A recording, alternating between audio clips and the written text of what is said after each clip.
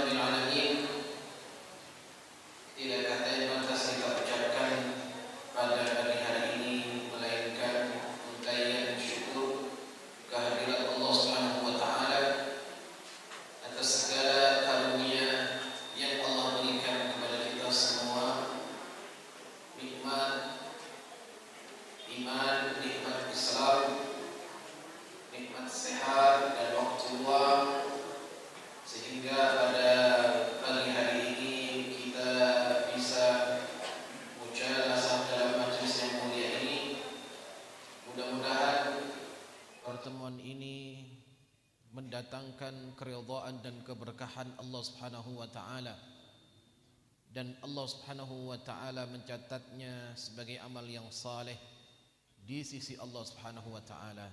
Amin ya rabbal alamin. Salawat dan salam mudah-mudahan senantiasa terlimpah curahkan kepada Rasulullah sallallahu alaihi wasallam yang telah membimbing manusia dari kegelapan jahiliyah menuju cahaya Islam. Mudah-mudahan semua yang hadir, kita semua mendapatkan syafaat beliau di hari akhirat kelak. Amin ya rabbal alamin. Niki tasih Syawal. Masya Allah, Syawal akhir. Pun rampung danten poso Syawal. Alhamdulillah. Biasanya wonten sing ngepas-ngepaske pas akhir. Kami ucapkan taqabbalallahu minna wa minkum salihul a'mal kullu 'amin wa antum bi khair. Mudah-mudahan Allah Subhanahu wa taala karuniakan kepada kita keistiqamahan setelah kula panjenengan sami berada dalam bulan Ramadan dalam madrasah imaniyah azimah, dan Allah karuniakan ketakwaan, dan mudah-mudahan Allah pertemukan di bulan Ramadan yang lain. Allah karuniakan kesehatan, usia yang panjang, barakah dalam ketaatan kepada Allah Subhanahu wa taala. Amin ya rabbal alamin. Jamaah sekalian yang dimuliakan oleh Allah Subhanahu wa taala, insyaallah kita akan berbicara tentang perihal keluarga muslimah. Ada di judulnya itu apa? Parenting nabawiyah. Ya. Bagaimana kita semuanya mengambil contoh bagaimana Rasulullah SAW membina keluarga. Bagaimana Rasulullah SAW mendidik anak-anaknya. Dan kita melihat bagaimana para salaf mereka mentarbiyah dan mendidik anak-anaknya. Ya. Karena gambaran para nabi Allah ceritakan dalam kisah yang cukup luar biasa. Ya. Ada nabi yang berperan menjadi seorang anak yang kemudian memiliki seorang ayah yang jauh dari hidayah, ya. Dan seorang nabi yang kemudian memiliki istri, ada yang salehah, ada yang sebaliknya, ya. Ada seorang ayah yang saleh punya anak yang jauh dari hidayah Allah, punya anak yang ingkar kepada ajaran ayahnya, ya. Atau ada seorang istri Asia bintu Muzahim, wanita salihah, wanita yang disebutkan satu di antara 4 ahli surga, memiliki suami yang kafir, Fir'aun. Ya. Maka Allah Subhanahu wa taala memberikan contoh gambaran yang utuh bagaimana keluarga-keluarga yang diceritakan oleh Allah Subhanahu wa taala dalam Al-Qur'anul Karim.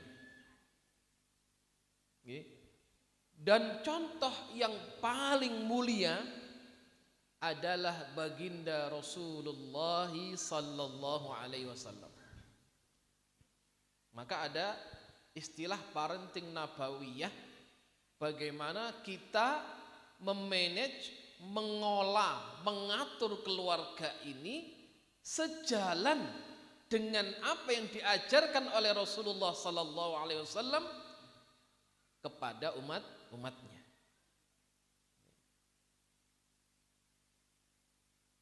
Maka membangun keluarga ini sunnah nabawiyah. Ya. Maka di zaman Nabi ada seseorang bertanya kepada istri Rasulullah sallallahu alaihi wasallam, wahai ummul mukminin, bagaimana Rasul di rumahnya itu? Ya.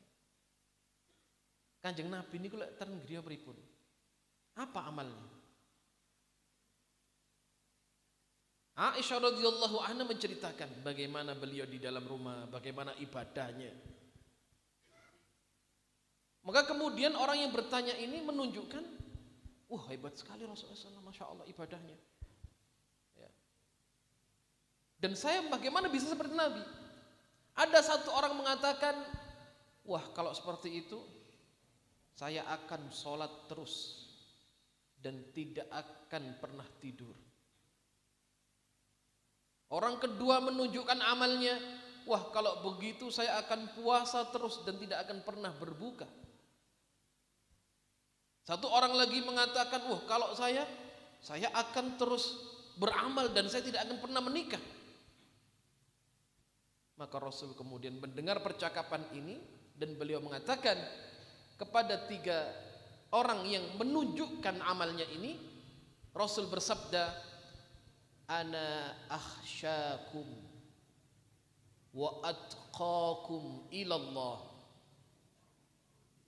Ana akhsyakum, saya ini orang yang paling takut kepada Allah dari kalian. Wa atqakum lahu, dan saya adalah orang yang paling bertakwa kepada Allah dari kalian. Walakinni usalli wa arkud, saya ini salat, saya juga istirahat, saya tidur.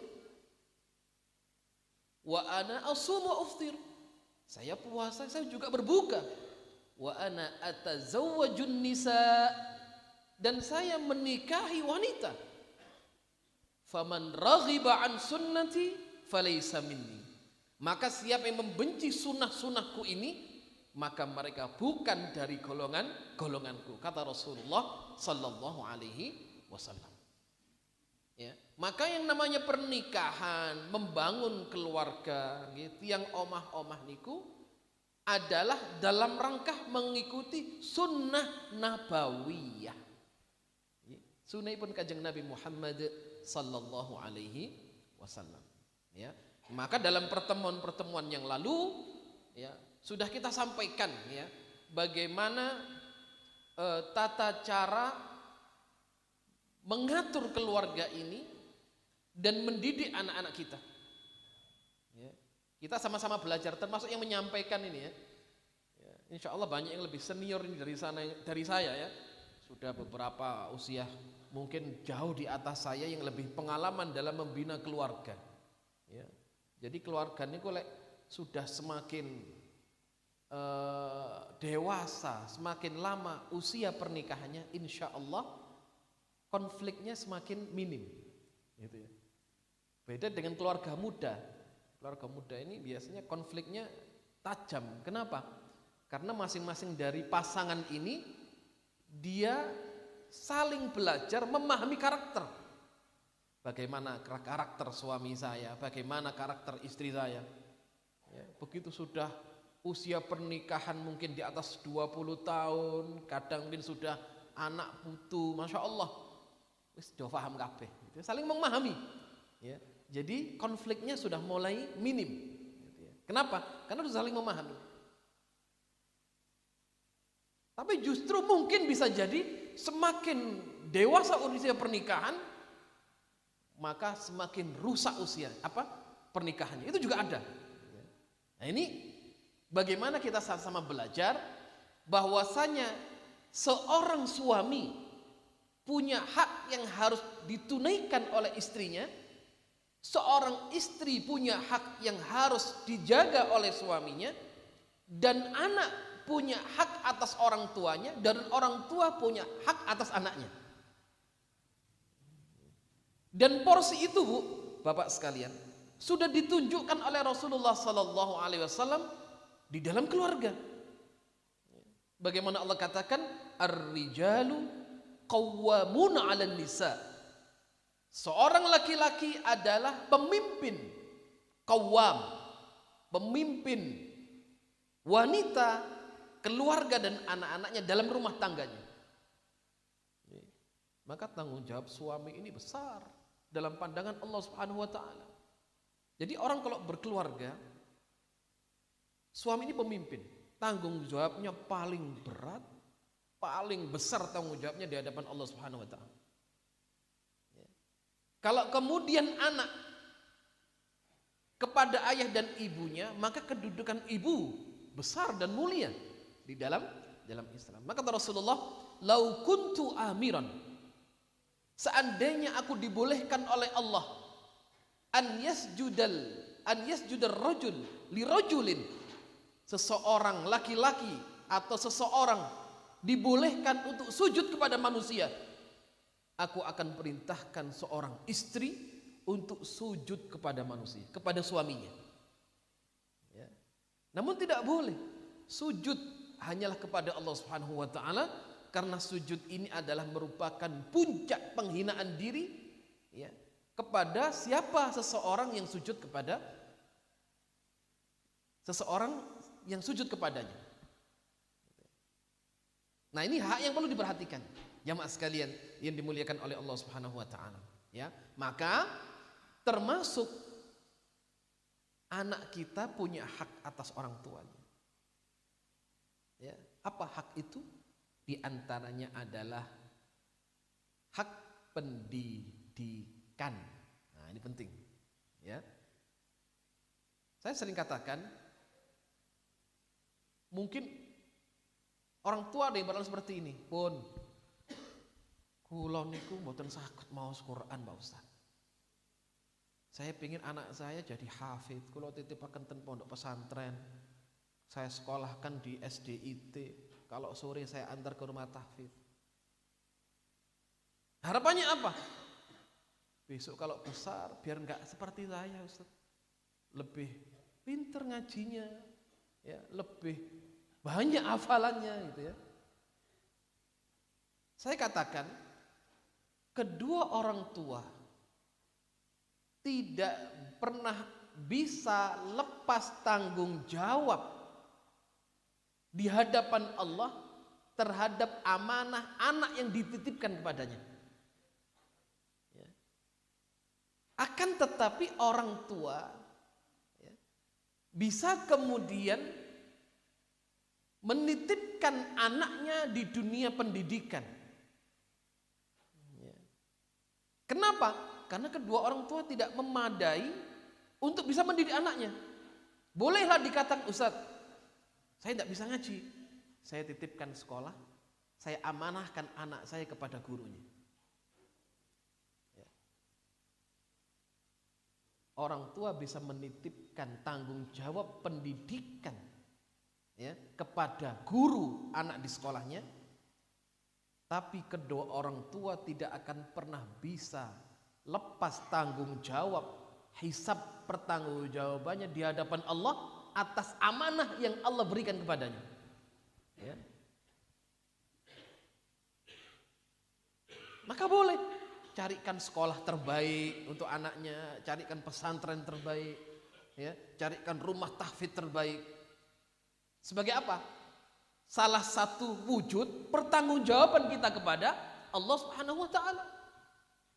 Ya. Bukan menjadi orang tua yang abai terhadap pendidikan anaknya. Walaupun Bapak Ibu sekalian, bukan berarti terus orang tua pasrah. Nah, kalau dalam dunia pendidikan itu, lembaga pendidikan, anaknya dipondokkan, waktu murid baru, khutbah ta'aruf diantar, ya, setelah itu wis pasrah, kemudian datang waktu wisuda, gitu ya. Jadi datang ke sekolah itu cuma waktu nganter masuk jadi murid baru sama wisuda anaknya. Ada undangan, orang tua harus datang ke sekolah, ra tau teko. Ya. Alasannya apa? Kalau tasih repot boten saged dugi. Ya. Padahal ada pertemuan wali misalkan dalam dunia pendidikan itu untuk apa? Untuk menyamakan frekuensi. Itu ya. Ada undangan wali ke sekolah, kadang pertemuan parenting dengan orang tua mungkin 2 bulan sekali atau 3 bulan sekali. Ya. Ini 3 tahun, kalau SD pun 6 tahun diundang nggak pernah datang. Datangnya waktu wisuda. Ya. La haula wala quwata illa billah. Ya, kalau dunia pesantren nanyakan anaknya aja nggak pernah. Tat pun saya pasrah bang bongkok anten jenengan. Nah, salah satu tanggung jawab pendidikan ibu dan ayah kepada anaknya, oke, pilihkan pendidikan terbaik. Ya. Tapi kalau pas pulang ke rumah, ya, maka biasanya wali murid menyerahkan, saya serahkan pendidikan anak Anda kepada panjenengan selama liburan. Ya. Kadang orang tua lihat anak perai pirang wulan le, saulan, suwe nih, gitu ya. Atau kadang orang tua sudah was-was, ini liburnya terlalu lama ini juga bahaya kan gitu ya. Apalagi waktu dahulu Covid saja dititipi anaknya belajar di rumah aja bingung ini. Maka ada mungkin tawaran masuk sekolah apa di rumah? Sekolah mawon Pak Ustaz. Di rumah anak saya malah mengkhawatirkan gitu. Kenapa? Karena orang tuanya diamanahi pendidikan juga oleh gurunya. Maka dari itu jamaah sekalian dimuliakan oleh Allah Subhanahu wa taala. Nah, apa pola penting ya, di dalam memberikan pendidikan kepada anak-anak kita ini adalah at-tarbiyah al-aqliyah. Pendidikan pengajaran akliyah. Ya. Jadi kalau berbicara idealisme, idealipun, ya, kedua orang tua ini harus menjadi pengajar terbaik di dalam rumahnya. Ya. Jadi bapak ki, saya bicara ideal nih, kudu pinter ngaji. Nasihat yang mau menikah ini ya. Ibu juga sama, apalagi ibu ya. Makanya seorang wanita yang salihah, yang alimah, satu lebih baik dari sekian banyak laki-laki. Kenapa?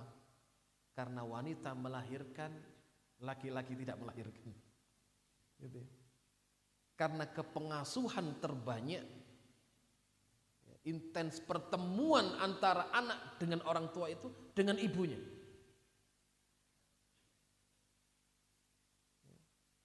Maka tanggung jawab dalam Islam, Bapak Ibu sekalian, antara laki-laki dan perempuan sama dalam tanggung jawab menjalankan amanah Allah dalam hal ubudiyah, termasuk dalam hal thalabul ilmi. Maka ngaji fardhu ain bagi laki-laki ataupun perempuan. Menghadiri majelis ilmu fardhu ain bagi laki-laki ataupun perempuan. Ngaji, belajar agama wajib hukumnya bagi laki-laki ataupun perempuan, bagi suami ataupun istri. Ya, istilahnya apa? Ngangsu kawer, kulaan ilmu. Kenapa? Karena akan diajarkan minimal kepada keluarganya. Pada zaman Nabi wonten seorang wanita dijuluki juru bicara kaum Hawa. Ya.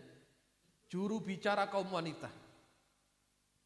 Seorang sahabiyah al-jalilah naminipun Asma bintu Yazid As-Sakan. Ya. Ini perempuan hebat, cerdas, pemberani. Suatu saat beliau punya komunitas kaum akhwat kalau sekarang ya. Kaum akhwat. Jadi kumpulan jamaah pengajian ibu-ibu lah istilah kalau sekarang ya. Pas zaman Nabi itu ada. Ya. Jadi punya komunitas kaum perempuan ini. Ya. Nah, kalau wanita ini kan identik dengan malu ya, kemudian juga tidak bercampur baur dengan laki-laki, lebih menjaga kehormatan dirinya. Suatu saat Asma bint Yazid As-Sakan ditugasi sama komunitas pengajian ibu-ibu. Kenapa? Karena ini wanita pemberani. Dikatakan, wahai Asma, datanglah ten gini Kanjeng Nabi. Kenapa? Kita ini punya harus curhat, tapi kita malu. Gitu ya. Apa yang kalian curhatkan? Nah, mulai ada rapat ya. Wah, dia banyak. Para kaum wanita banyak mengeluh.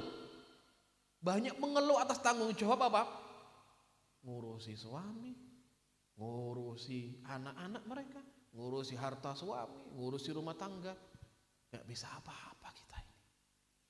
Ya. Wahai Asma, jenengan ngadep Kanjeng Nabi. Maka Asma datang kepada Rasulullah SAW. Wanita pemberani dia. Datang, ya Rasulullah. Ya, ucapan salam. Asma mengatakan, ya Rasulullah, saya ini utusan para kaum wanita.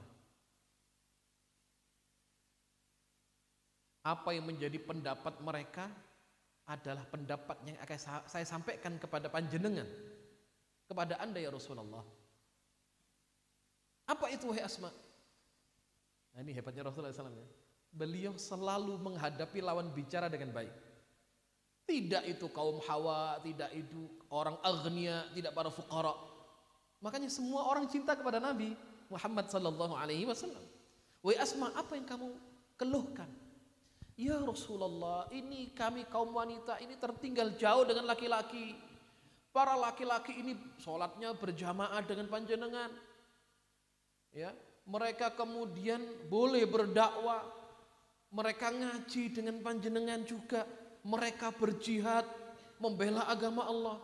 Tapi kami ini hanya di rumah, ngurusi suami, ngurusi anak, ngurusi pakaian, ngurusi masak. Kami tidak bisa apa-apa ya Rasulullah SAW. Masya Allah ya. Maka Rasul tersenyum menghadap sahabatnya. Wahai sahabatku, ini wanita hebat. Pernah tidak kalian mendapat pertanyaan sehebat wanita ini? Mboten nate Kanjeng Nabi. Ini wanita hebat ini. Ya, maka Rasul mengatakan, wahai Asma, sampaikan kepada ibu-ibu semua, jamaah pengajian panjenengan. Kalau kalian ini ikhlas, sabar. Ya. Sependapat dengan suami kalian.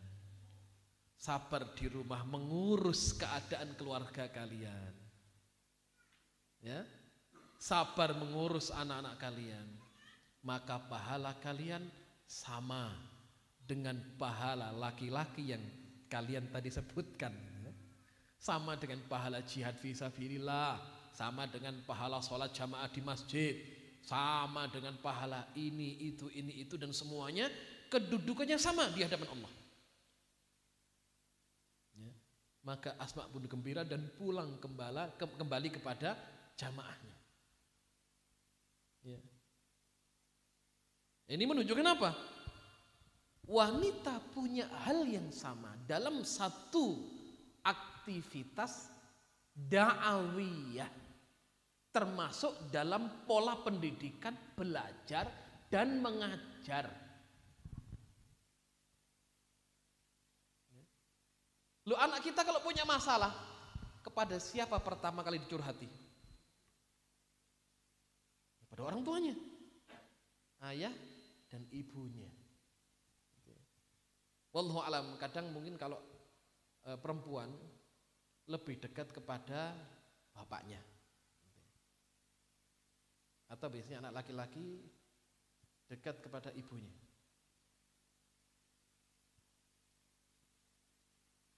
Siapa menjadi guru pertama dalam rumah itu?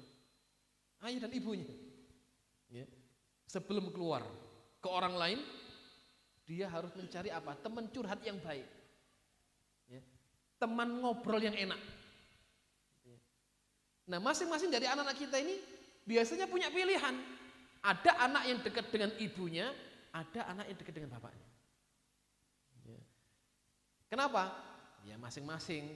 Ada anak mungkin ibunya penyayang, suka mendengar anaknya. Kadang anak punya masalah, langsung ke ibunya. Kadang sama ibunya, "Mbok takok bapak, boten, kula isin." gitu ya. Atau sebaliknya, ada seorang anak yang dekat dengan bapaknya. Ngeten pak. Coba tanya ibu, panjenengan mawon. Gitu ya, ada. Syukur lebih baik adalah kedua orang tuanya menjadi pendengar yang baik untuk anak-anak.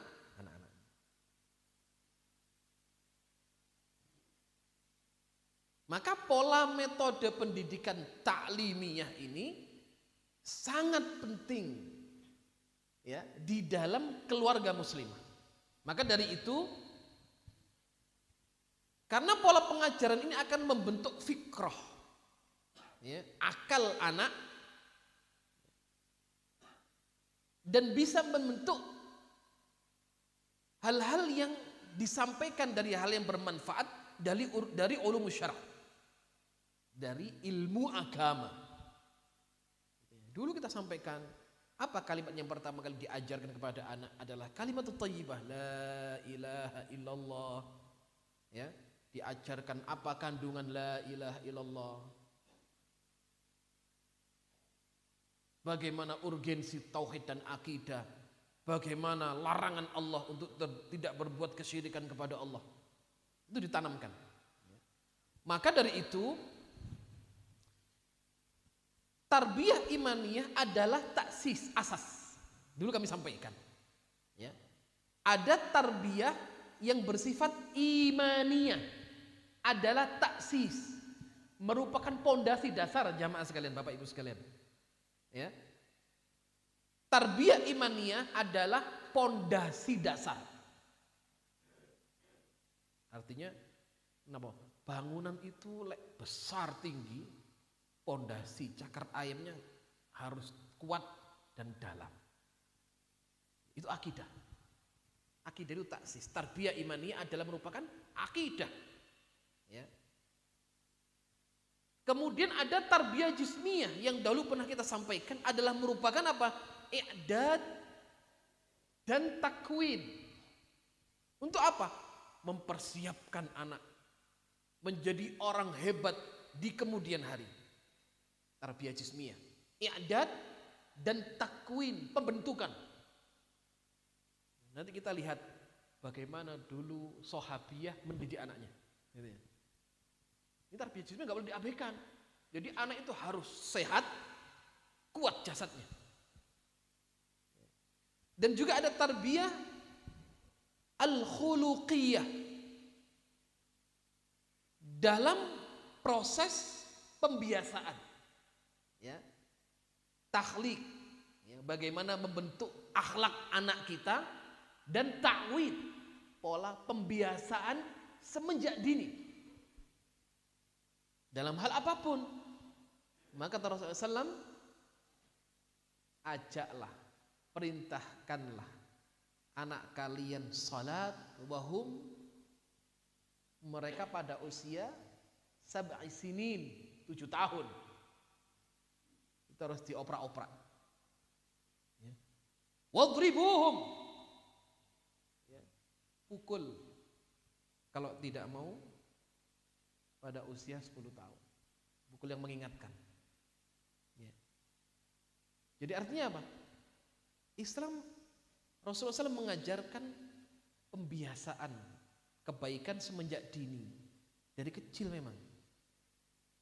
Gitu ya. Jadi pola pendidikan, pembiasaan, takwin itu dari usia dini. Dan kemudian melengkapi adalah tarbiyah al-aqliyah, adalah merupakan tarbiyah yang bersifat tau'iyah, tazkif. Jadi membentuk fikrah anak, ya. Bagaimana anak harus punya pemikiran yang cerdas, ya, pinter. Nah, kadang orang harus tahu, ya, orang tua ini penting sekali, ya. Kita yakini kita punya anak punya kemampuan nalar yang berbeda-beda. Ya. Misal punya anak mbarep, masya Allah pinter, ya. Ngajinya bagus, hafalannya banyak, ngajinya cepat, hafalannya cepat, gitu ya. Anak kedua agak lambat, ya. Terus punya anak laki-laki satu, masya Allah, kalau diajari sambil pelayon, ya, atau dengan guyonan, istilah Jawa Timur pencilaan, akhirnya orang tuanya marah dan mengatakan, lek sinau sing anteng. Ya. Ada laki-laki anak yang tipe seperti itu, ada anak yang akan belajar dengan dia pola.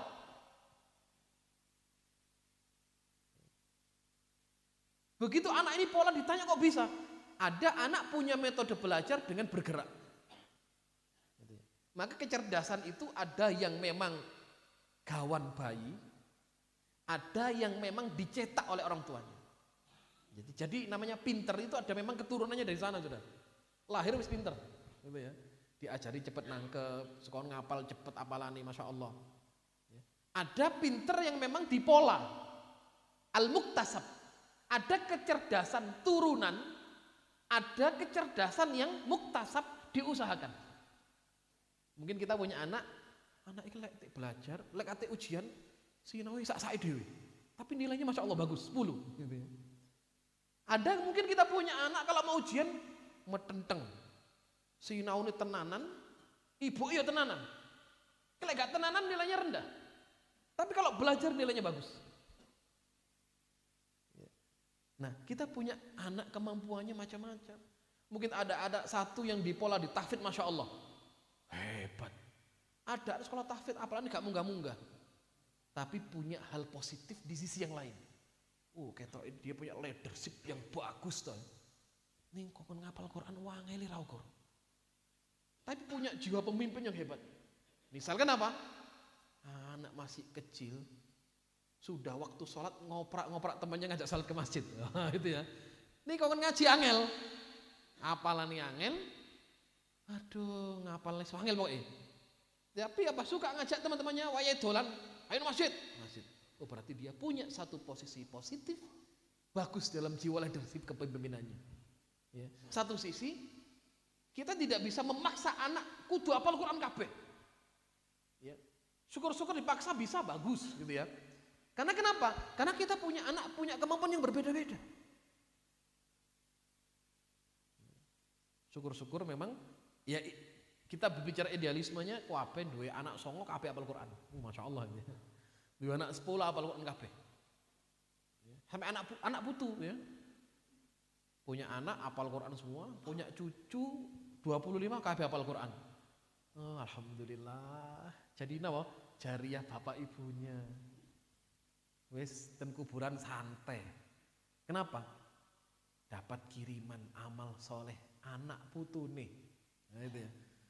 Makanya lek duwe anak sing kathah. Lek duwe putu sing kathah gitu. Jadi dados mbah-mbah niki lek duwe putu ya sing njaluk sing akeh gitu ya. Cuk, nduk putune loro ae. Njaluk sing akeh enak. Masya Allah bahagia. Kenapa? Nanti banyak yang mendoakan ya. Kemudian banyak yang mengirimkan pahala. Kenapa? Lek anak putune kathah. Gitu. Dan Rasul kan bahagia itu kan. Apa kata Rasulullah? Tazawwaju al-wadud al-walud fa inni mukathirun bikumul umam. Nikahilah wanita-wanita yang penyayang, al-walud, yang punya banyak anak. Ya, fa inni mukathirun bikumul umam. Saya bangga dengan banyaknya umatku. Nah, gitu ya. Tapi diperhatikan sandang pangannya, diperhatikan pendidikannya juga. Gak kurake tok renek sing sekolah.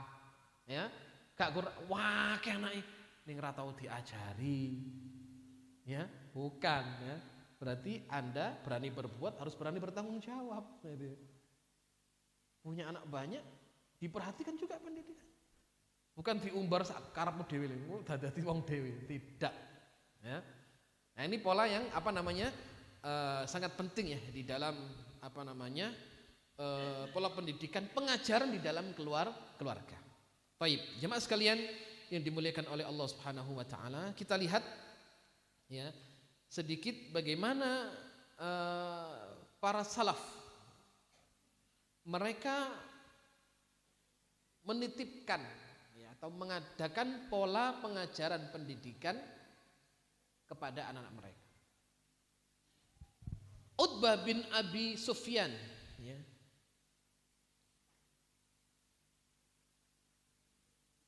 beliau memiliki seorang anak yang dititipkan kepada gurunya, kepada guru anaknya. Beliau menasihatkan apa? Untuk mengajarkan kepada anaknya kitabullah. Ya. Ngaji Al-Qur'an. Belajar Al-Qur'anul Karim. Dan juga belajar syair. Dan ngaji hadis. Alhamdulillah ya, dalam pola pendidikan di lingkungan kita, alhamdulillah ada rumah Quran, masya Allah, diajarkan Quran. Juga di pendidikan Islam-Islam terpadu sudah mulai banyak menghafal Quran, belajar Al-Quran, tadabburi maknanya, dan ada menghafal hadis. Ya, ini pola pendidikan salaf. Kenapa? Tadi ini taksis jamaah sekalian, merupakan tarbiyah imaniyah.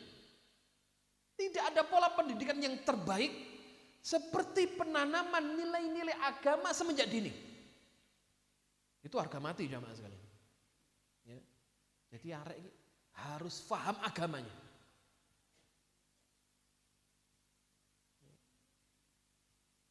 Bukan untuk jadi ustadz, tapi agar tahu agamanya. Itu penting.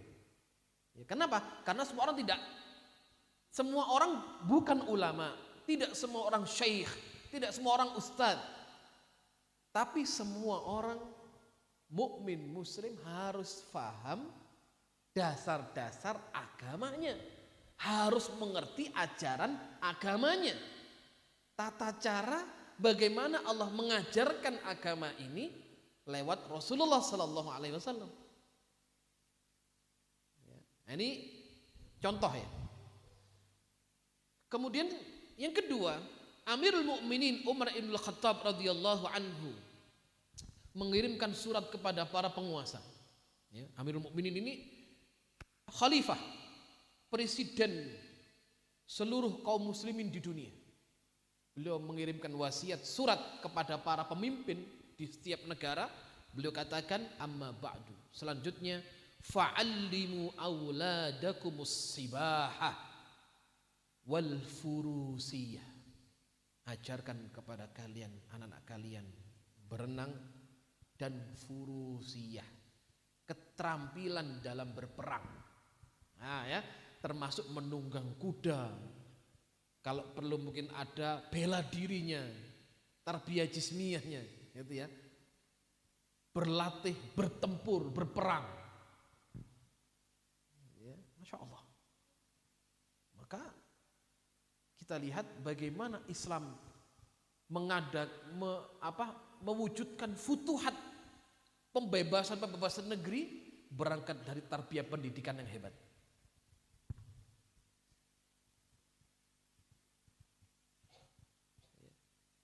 Dan kemudian bacakan kepada mereka kisah-kisah yang luar biasa. Gitu ya. Jadi dibacakan kisah-kisah, diajarkan kisah-kisah orang-orang hebat yang telah terdahulu. Gitu ya. Ini sangat penting. Dan ajarin kepada mereka syair atau bahasa Arab. Nah, ini ya. Jadi belajar bahasa Arab ini diikhtiarkan betul semenjak dini. Kenapa? Karena dia alat ya untuk mempelajari agama ini. Juga contoh selanjutnya adalah ada seorang wanita ya, diriwayatkan Al-Mufaddal bin Zaid ya, beliau melihat seseorang yang membawa anaknya, seorang wanita membawa anaknya ya. Terus dia takjub dengan anaknya ini. Fasa'alaha, ditanya, loh anak jenengan ini kok bagus sekali pendidikannya. Ditanyakan, bagaimana anda mendidik? Beliau katakan, faqalat idza atamma 5 sanawat aslamtuhu ilal mu'addib. Ini anak saya waktu usianya 5 tahun, saya kirimkan kepada seorang guru. Ya, dari 5 tahun pun di sekolah akan dititipkan. Betul, titipkan sama ulama. Kalau zaman ya kalau kekinian ini wis PAUD, wis TK. Kalau zaman dahulu dititipkan di masyayikh, para ulama berada dalam halaqah ulama tersebut. Ya. Jadi pada usia genap 5 tahun saya kirim kepada seorang muaddib, seorang ustadz, seorang guru. Fahaffadhul Quran. Di situ pertama diajarkan Al-Quran oleh gurunya. Maka banyak kita dapati para salaf usia 7 tahun sudah selesai nih. Dasar pertama apa? Hafal Quran usia 7 tahun.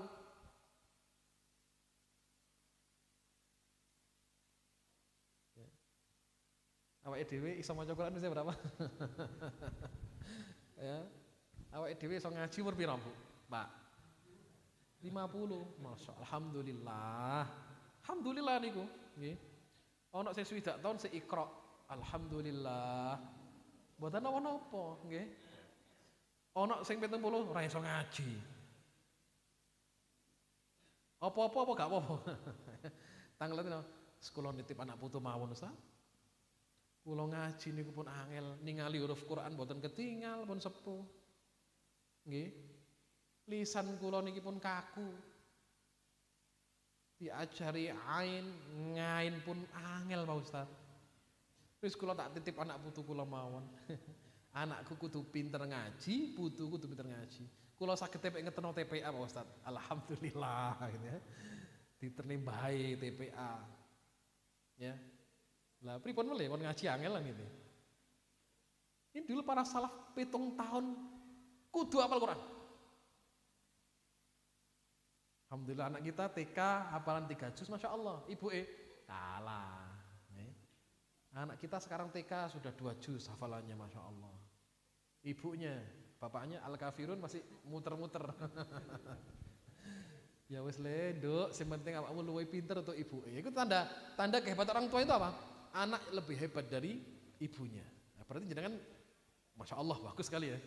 Hebat berarti jenengan. Kenapa? Anaknya lebih pinter dari ibunya. Anak lebih pinter dari bapaknya. Harus seperti itu. Kalau sama musibah, apalagi tidak sepinter bapaknya, kalau musibah lagi. Jadi harus kenapa? Karena anak kita ini akan menghadapi zaman yang beda dengan zaman kita. Maka ada seorang ahli tarbiyah mengatakan, didiklah anakmu dengan pendidikan yang hebat. Kenapa? Karena dia akan hidup di masa yang tidak sama dengan masamu. Nanti masa anak kita nanti beda dengan masa kita sekarang. Ya. Sekarang panjang lihat sekarang majunya teknologi sekarang, luar biasa. Ya. Media sosial sekarang orang bisa mengakses apapun dalam hitungan detik. Sampai sekarang belanja pun nggak perlu ke pasar, langsung online kirim. Di rumah tinggal duduk-duduk dok. Shopee, misalnya gitu ya. Orang sekarang tinggal ngetik saja sudah bisa kulaan. Sekarang HP tidak mengenal usia. Anak 2 tahun sudah tahu TikTok. Sudah tahu, sudah bisa mengoperasikan HP. Sudah senang pegang. Ya. Masa panjenengan dulu ora enek. Ya. Cekelan apa arit, pacul. Ya. Enggak ada. Ya kan, makanya saya katakan mentalnya orang dulu panjenengan lebih hebat dari anak sekarang. Anak sekarang manja-manja betul. Ya. Kenapa? Karena tidak dididik survival seperti panjenengan dulu. Ya, dulu kan terbatas. Kendaraan kan jenengan mungkin dulu setiap hari bisa jalan 10 kilo dengan bawa kayu bakar gitu ya. Usia mungkin SMP SD. Anak sekarang kok angkat-angkat ra kuat. Kok angkat-angkat roda abot titik masuk angin ini. Ya kan? Suruh lagi gorono. Sepuke mbek nyekel HP. Udah. Loh anak kita ini bisa 1 hari enggak keluar rumah. Cukup dengan HP saja di dalam kamar, selesai. Ya kan? Ini enggak bisa dihindari. Tapi tantangan ini harus dihadapi. Ya. Tak jadi sekarang gak nyekel HP atau sembah hamba serah HP yang iso maca sisan malah bagus. Ya. Sak jane sing aman ya HP sing iso telepon mbek SMS tok itu. Ya. HP jadul itu loh, jadul yang digawe balang wong ya loro gitu. HP jadul isone SMS mbek telepon tok. Itu aman sekarang. Tapi kan kondisi kan jenengan kumpulan RT lewat WhatsApp. Misalkan undangan grup sampai kakean grup sampai hati ini lemot. Grup arisan ibu-ibu, grup pengajian, grup PKK, halaqah taklim, grup pengajian ahad pagi. Masya Allah. Tapi selama digunakan manfaat ya baik saja karena itu teknologi nggak bisa dihindari. Ya, tapi harus dihadapi. Makanya anak kita ini akan menghadapi kehidupan yang beda dengan zaman kita. Bisa jadi lebih dahsyat nanti. Sampai nanti mungkin orang nggak bisa punya uang cash. Uangnya di mana? Di bank. Nanti ya di zaman-zaman maju modern itu orang nggak punya uang cash. Ya. Duitnya dipegang orang lain gitu ya. Makanya kalau macam-macam wis asetnya dibekukan selesai jenengan gitu ya. Pesan duit nyekel duit belas. Ya. Enggak ada. Punya uang receh 10.000 orang duit ndi. Duit ku ono sing nyekel wong. Jadi sekarang tinggal bayar itu tinggal apa? Nunjukkan apa? Enggak pakai uang sekarang. Kayak tadi uang melarat rasanya dicekel duit gitu ya. Padahal uang miliaran tapi kita nggak pegang. Yang megang orang lain. Ya. Enak nyekel 1.000 tapi nyekel tenanan gitu misalnya gitu. Itu kalau macamnya dibekukan Anda bermasalah selesai. Jadi uang melarat tenanan. Ya, Masya Allah. Makanya zaman akhir ini memang zamannya dajjal. Cedek. Makanya Anda lihat di antara tanda-tanda akhir zaman ini waktu dilipat cepat oleh Allah Subhanahu wa taala. Enggak terasa loh ini. Ya. Waktu berjalan begitu cepat dari pagi mau sore, dari ganti minggu, ganti bulan, langsung tahun. Cepat sekali. usia terus bertambah, jatahnya umur berkurang.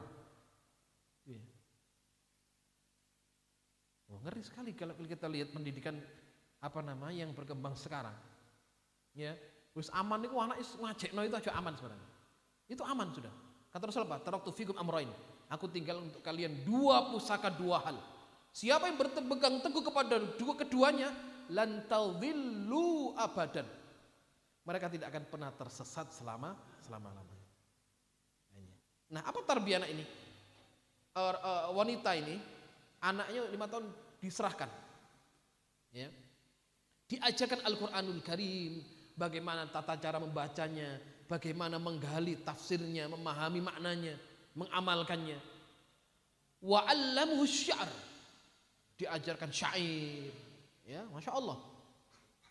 Wa raghaba fi mufakharah qaumi, ya, diajarkan, ya, bagaimana kebanggaan kaum-kaumnya.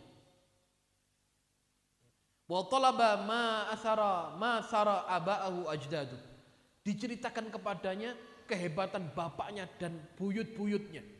Nah, ini penting, ya. Penting Bapak Ibu sekalian, panjenengan untuk menceritakan kehebatan bapaknya dan buyutnya. Ya. Tentu yang diceritakan yang baik-baik, ya, jangan yang buruk-buruknya. Kalau bercerita yang buruk, diajarkan supaya tidak terjebak kepadanya. Ya. Kita belajar kebaikan untuk mengikuti, kita tahu yang buruk agar kita tahu itu keburukan. Apakah boleh orang tahu keburukan? Boleh. Ada seorang sahabat mengatakan, banyak sahabat bertanya kepada Nabi tentang keburukan. Wa sa'altuhu 'anis syarr.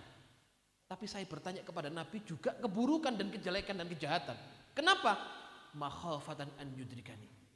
Saya supaya bisa menjaga diri agar keburukan itu tidak menimpa saya dan keluargaku. Jadi penting juga seorang ayah, ibu untuk menceritakan kehebatan mbahnya atau buyutnya. Wah, buyut nih jenengan nih le biyen pejuang. Wah, gitu ya. Dulu mbahmu ini Masya Allah sholatih rajin le, ya, gurung maghrib adzan ki wis di masjid, awakmu kok sik dolan, gitu ya. Itu Masya Allah, itu cerita itu akan membekas, ya.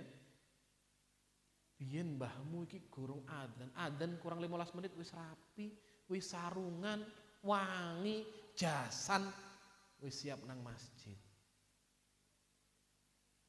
Awakmu adzan sik sik turu, mulet, sik dolan. Ya, anak akan melihat, iya Pak, insyaallah. Ya. Ceritakan itu. Kebaikan-kebaikan bapaknya dan kakek-kakeknya buyutnya. Kenapa? Jadi kisah ini Masya Allah. Maka Anda lihat berapa banyak Allah mengkisahkan kisah terdahulu dalam Al-Quran Al-Karim. Karena pola pendidikan yang baik adalah salah satunya dengan metode berkisah, cerita. Ya, itu anak-anak kalau diceritai insya Allah diam semua. Ya, bukan anak-anak, orang dewasa kalau diceritai akan perhatian betul dengan cerita itu. Dan itu efektif untuk anak. Gitu ya. Ini diceritakan di usia itu, diceritakan kehebatan bapak ibunya, bapak atau buyutnya. Ya. Falamma balagal hulum hamaltu ala anakil khayl. Wah, hebat ini. Begitu mereka sudah balik. Berapa? Laki-laki balik itu saya berapa? 15 tahun. Zaman dulu di atas itu masih ada. Sekarang balik dini sekarang banyak. Ya. Anak sekarang usia berapa sudah balik? 5. Ya. 5 SD perempuan anak sudah ada yang balik. 5 SD. Nah, begitu sudah balik, hamaltu ala anakil khayl. Aku naikkan kuda. Artinya apa? Aku ajari dia. Aku panggilkan orang untuk mengajarkan dia mahir naik kuda. Al-khayl. Gitu ya. Apa katanya? Fatamarrasa wa tafarrasa. kemudian dia menggunakan kelihayannya dalam bertempur dan berperang. Wah, ini pengalaman betul itu ya. Oh gini ya. Mulai saya diajari perang piye? Ya maksudnya apa namanya? Ini kalau kita bicara umat terdahulu, kalau sekarang apa? Ajarkan kehebatan-kehebatan, bacakan kisah-kisah pejuang. Ya. Diajari sing lanang harus berani. Gitu ya. Bukan menjadi pengecut.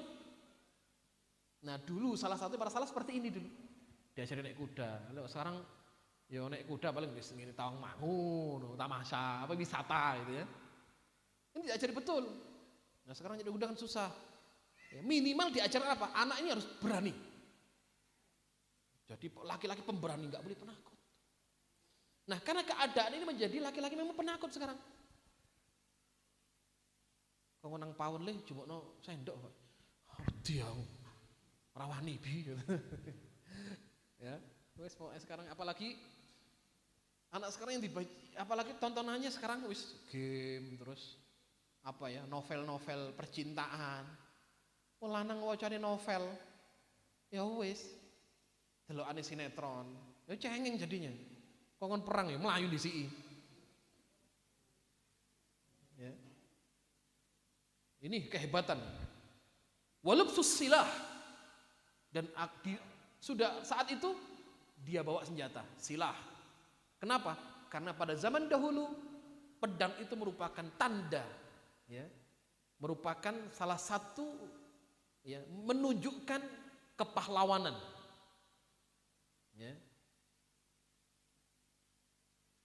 Ya, sekarang gak senjata seneni wong. Tapi dalam sejarah Islam, ya, senjata ini merupakan tanda salah satu, ya, kepahlawanan seseorang. Dia bawa silah. Dan juga merupakan tanda apa? Kewibawaan seseorang. Wa masya baina buyutil hayy. Terus anakku saya latih untuk jalan di perkampungan-perkampungan, ya. Wa asra ila sautis sarih. Untuk apa? Untuk melihat orang-orang yang hidupnya susah, orang-orang yang butuh pertolongan, gitu ya. Artinya apa? Dikenalkan kepada anak-anak ini untuk melihat keadaan suatu kaum yang hidupnya di bawah dia. Ya. Agar apa? Agar bisa bersyukur. Agar dia muncul perasaan iba dan empati. Gitu ya. Satu sisi mungkin punya anak tidak dolan nang wong sugih pengusaha. Biar ada, di wong sugih ini enak ya. Pengusaha Masya Allah. Ini pengusaha yang dermawan ya. Pengusaha yang ahli ibadah. Enak ya. Duitnya oke, mobilnya oke. Ning ibadahi sodakoe oke, Masya Allah. Bawa. Satu sisi dibawa ke tempat-tempat yang banyak orang membutuhkan. Agar apa? Agar punya jiwa empati. Ya, misalkan ada anak-anak kan mungkin sama gurunya misalkan ya dilatih infak untuk Gaza. Misalkan ya. Sangoni ibu Dok le. Ini buat apa? Saudara-saudara kamu di Gaza. Ya. Pinten Bu, 1.000 itu infakno yo le. Untuk apa?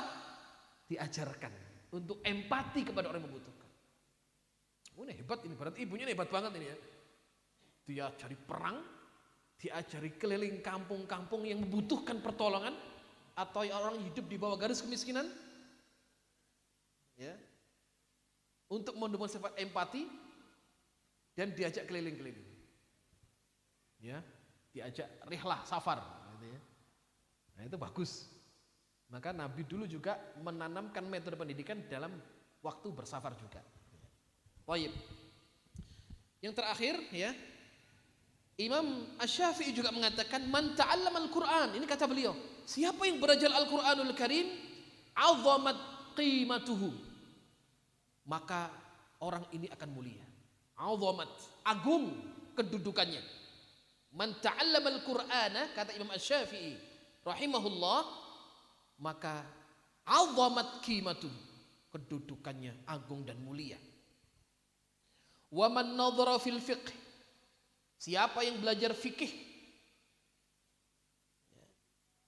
nabula qadrahu, maka akan mulia ya, keadaannya. Wa man katabal hadis, siapa yang menulis hadis, belajar hadis, qawiyat hujjatuhu, hujjahnya kuat, dalilnya kuat gitu ya.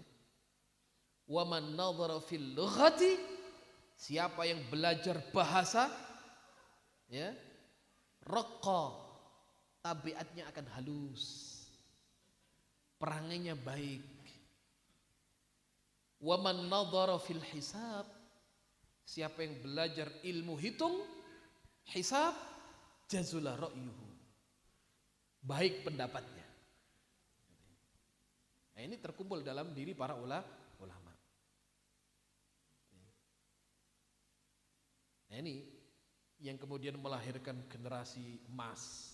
Kata Rasulullah, khairul quruni qarni thumma alladhina yalunahum thumma alladhina yalunahum. Maka saya tutup dengan perkataan Imam Malik rahimahullah ya, yang beliau mengatakan dalam satu perkataannya yang menyebutkan siapa yang ingin kemuliaan, maka hendaklah dia melihat bagaimana orang-orang terdahulu menjadi orang-orang yang mulia. Jadi kalau ingin menjadi tokoh yang hebat, ya lihat bagaimana dulu para salaf mendidik anaknya, mendidik generasinya. Beliau mengatakan, lan yasluha hadhil ummah, umat ini tidak akan sampai pada satu kehebatan, suatu keutamaan, keberhasilan. Ya, lan yasluha hadhil ummah illa bima saluhat bihi awwaluha, kecuali dia melihat bagaimana dahulu para salaf ya menjadi orang-orang yang hebat dan mulia. Mudah-mudahan Allah Subhanahu wa taala jadikan kita semuanya keluarga-keluarga yang senantiasa mendapatkan keridhaan dan keberkahan dari sisi Allah Subhanahu wa taala. Juga Allah karuniakan anak-anak yang saleh dan salihah yang kelak menjadi tinggalan yang baik ya untuk kedua orang tuanya, dan senantiasa mengirimkan doa terbaik untuk kedua orang tuanya, yang saat itu orang tuanya mengatakan, ya Rabb anna li hadza, dari mana kebaikan-kebaikan ini ya Allah? Maka Allah mengatakan, bistighfari waladika lak, ini karena istighfar yang diistighfarkan oleh anakmu untukmu, ini karena kebaikan-kebaikan yang dilakukan oleh anakmu dan mengalir pahalanya untuk kalian berdua. Mudah-mudahan demikian yang kita harapkan. Jazakumullahu khairan katsira. Subhanaka Allahumma wa bihamdika asyhadu an la ilaha illa anta astaghfiruka wa atubu ilaik. Wallahul muwaffiq ila aqwamit thariq. Assalamualaikum warahmatullahi wabarakatuh.